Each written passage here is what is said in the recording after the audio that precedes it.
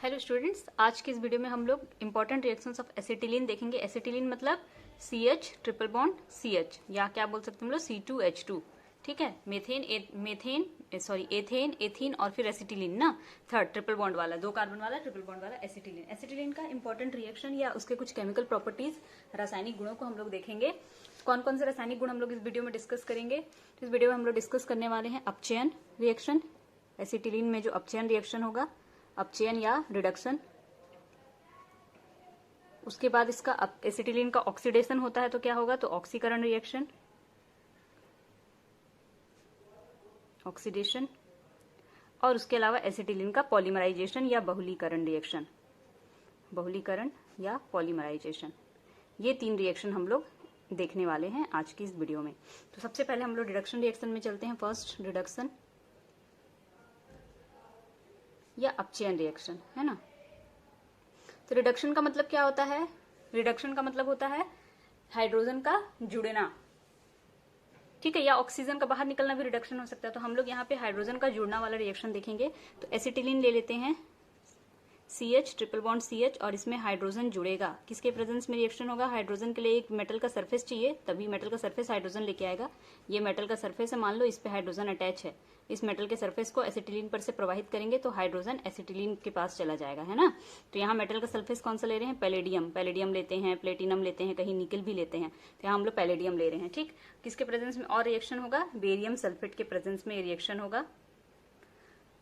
तो पैलेडियम को जब बेरियम सल्फेट के प्रेजेंस में लेते हैं तो इसका एक नाम है स्पेशल। क्या नाम है इस कैटलिस्ट का, ये उत्प्रेरक का काम करता है ना, लिंडलार्स कैटलिस्ट।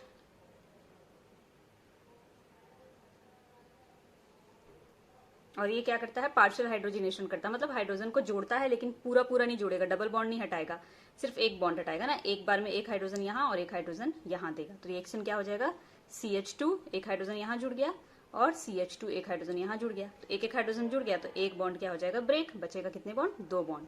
इसलिए बोलते हैं कि पार्शियल हाइड्रोजिनेशन कर रहा है, आंशिक रूप से हाइड्रोजिनेशन कर रहा है। अगर कंप्लीट हाइड्रोजनेशन करता तो ये डबल बॉन्ड पूरा हट जाता ना और 2-2 हाइड्रोजन जुड़ जाते, ठीक है। तो लिंडलार्स कैटलिस्ट के प्रेजेंस में रिएक्शन हो रहा है, रिडक्शन रिएक्शन हो रहा है। और रिडक्शन कितना हो रहा है, क्योंकि लिंडलार्स कैटलिस्ट है, ये पार्शियल हाइड्रोजनेशन करेगा, इसलिए एक एक हाइड्रोजन यहाँ पे जुड़ जाएंगे, ठीक है। और भी रिडक्शन का एग्जाम्पल है, अगर हम लोग यहाँ पे पैलेडियम की जगह पे निकल ले लेते, सेम यही रिएक्शन लेकिन निकल लेते, और कुछ टेम्परेचर हम लोग कर लेते हैं 523 से 573 केल्विन तक, तब ये एक बार तो पार्शियल हाइड्रोजिनेशन होता, एक बार हो गया, यही वाला सेम बना, क्या बना है ये, एथीन ना, सेम एथीन बनता। लेकिन इसके बाद फिर और निकल और ज्यादा हाइड्रोजन प्रोवाइड करता है, कंप्लीट हाइड्रोजिनेशन करता है, तो एक बार और हाइड्रोजिनेशन होता, फिर से हाइड्रोजन एक यहाँ और एक यहाँ जुड़ता और ये बन जाता CH3।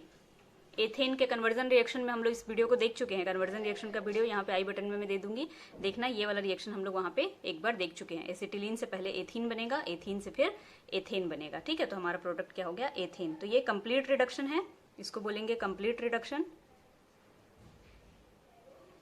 पूर्ण अपचयन। और ये आंशिक अपचयन है, पार्शियल रिडक्शन, ये है पार्शियल रिडक्शन या पार्शियल रिडक्शन या आंशिक अपचयन, ठीक है। तो फर्स्ट हो गया रिडक्शन रिएक्शन एसिटिलीन में कैसे होगा। सेकंड हम लोग देखेंगे ऑक्सीडेशन रिएक्शन कैसे होगा एसिटिलीन में।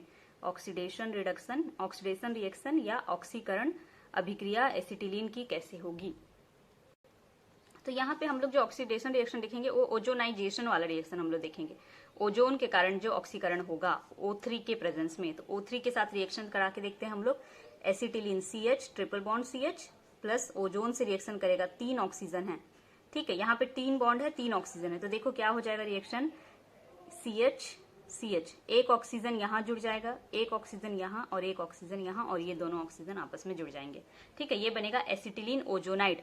अब चूंकि कार्बन का यहाँ पे कितना बॉन्ड हो रहा है, 1 2 3, तो एक और बॉन्ड यहाँ पे बीच में 4 हो गया, 1 2 3 और एक हाइड्रोजन 4, यहाँ पे भी कार्बन का 1 2 3 और 4, ठीक है। और ऑक्सीजन के 2-2 बॉन्ड कंप्लीट हो रहे हैं सबके, है ना। तो ये क्या बन जाता है, एसिटिलीन ओजोनाइड इसको बोलते हैं, एसिटिलीन ओजोनाइड बन गया, ठीक है। अब ओजोनाइजेशन अभिक्रिया जब होती है तो सबसे पहले तो ओजोन रिएक्ट करता है और ऐसे ही प्रोडक्ट बनता है, ठीक है। हमेशा ध्यान रखना, जब भी ओजोनीकरण की अभिक्रिया होगी या ओजोनाइजेशन होगा तो ऐसे ही बनेगा, ओजोनाइड बनेगा। ओजोनाइड बनने के बाद फिर नेक्स्ट स्टेप में हम लोग लेते हैं जिंक और वाटर मॉलिक्यूल, ठीक है। ये जिंक का क्या है, ऑक्सीजन के प्रति इसकी बहुत अच्छी एफिनिटी होती है, जिंक ऑक्सीजन से बहुत अच्छे से अटैच होता है, तो ये वाला ऑक्सीजन ले जाना चाहेगा यहाँ से, तो क्या बन जाएगा, जिंक ऑक्साइड। ठीक है, तो ये ऑक्सीजन ये वाला बॉन्ड ब्रेक कर लिया और ये वाला बॉन्ड ब्रेक कर लिया, ऑक्सीजन बाहर निकल गया, बचा क्या, CH, दोनों के बीच में एक बॉन्ड है, यहाँ पे एक ऑक्सीजन, यहाँ पे एक ऑक्सीजन, ये वाला बॉन्ड भी ब्रेक हो जाएगा और बच जाएगा यहाँ पे डबल बॉन्ड। ठीक है, इसको मैं और कैसे लिख सकती हूँ, C, हाइड्रोजन को इधर कर देते हैं, H, डबल बॉन्ड O, ग्लाइऑक्सॉल है ये, ग्लाइऑक्सल।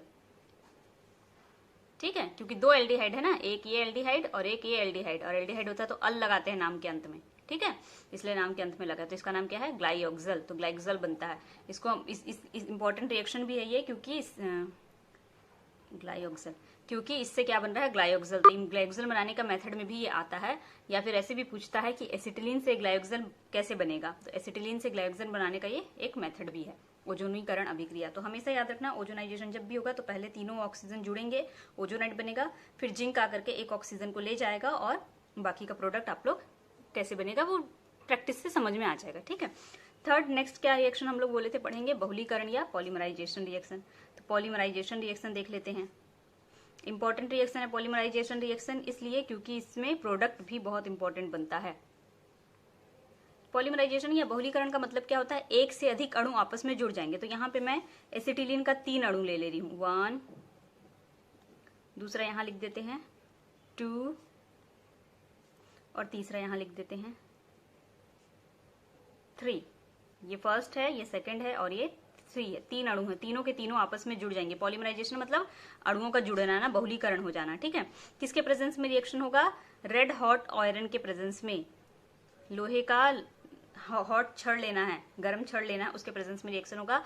873 केल्विन तक गर्म होना चाहिए वो लोहे का छड़।